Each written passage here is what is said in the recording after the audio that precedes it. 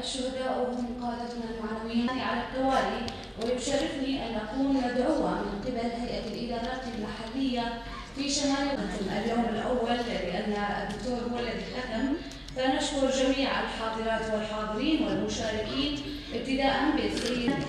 أما اليوم وفي جلستنا الأولى أدعو شاكرة الدكتور سلطة الأمة الديمقراطية. أما المحور الثالث والأخير في هذه الجلسة سيكون عن التخطيط الحديث الحفاظ عليه ووضع نظم عمراني لا فلسفة الأمة الديمقراطية. المحور الأول نلاحظها بشكل رائع. هناك تلال نلاحظ أن توجد فيها جدران الأثر هو بناء، يعني هي قرى ومدن قديمة. هذه الطريقة من البناء كانت ملائمة لطقسنا، يعني البناء الطيني، الجدران الطينية هي جدران كاتمة. الدور المسلح والبنود عمليات البناء في الجزيرة السورية إلا بعد عام 1950.